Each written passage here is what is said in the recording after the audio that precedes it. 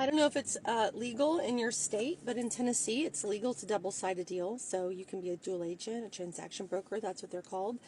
I very rarely do it, if ever. In fact, I caution my sellers to not do it, and I want to unpack it. The reasons why.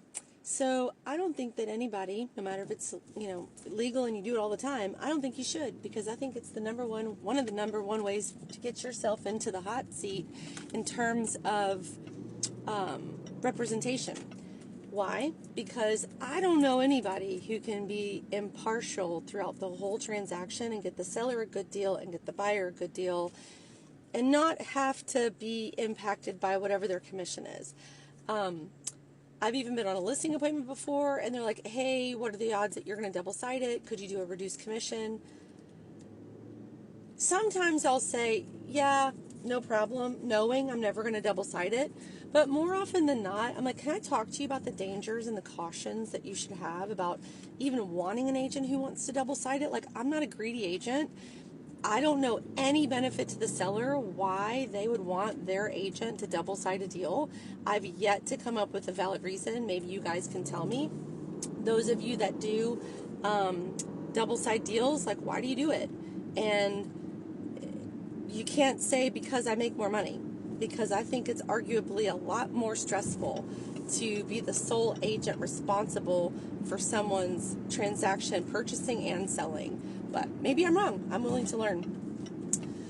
So sometimes I will double-side a deal in the situation that it is a investor, because those are a little bit more straightforward. Like, the investor knows what they're buying.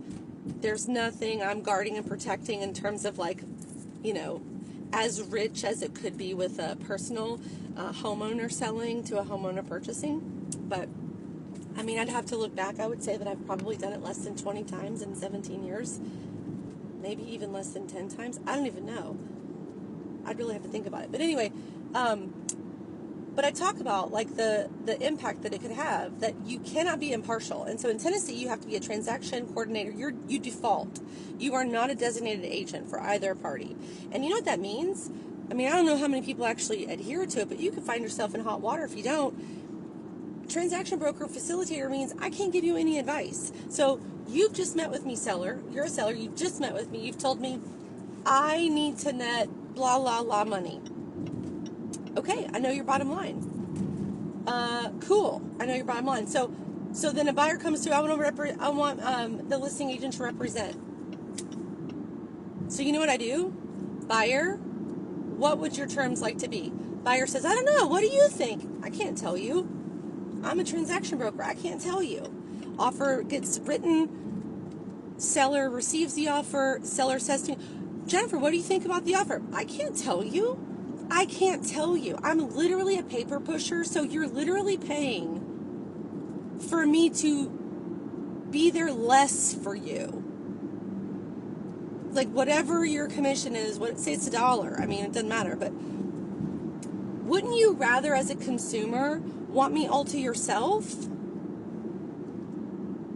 Like, I would want me all to myself. So when I explain that to sellers, really 100% of the time, they're like, yeah, that makes sense. And so then I'm like, okay, listen, if somebody calls me and they want me to represent them, I'm just going to give you a call and I'm going to ask you, do you want me to represent this buyer? And you can say yes or no. And I am your designated agent. That's what the listing agreement says. If you don't want me to, then all you need to do is send me an email and says, we want Jennifer to be our exclusive agent. Then guess what I say to the buyer? You can be unrepresented, but go through your attorney. I am exclusively their designated agent. Does it piss off some buyers? It sure does, but I think those are the buyers that should get pissed off, because they're trying to finagle a deal or work the system, and, I didn't fall off the turnip truck. I just think that there needs to be a lot more education on this side of things, and people don't really talk about it enough. So I don't double-side deals. I think it's a bad idea. I've yet to hear an argument that says that it's a great idea. What do you think?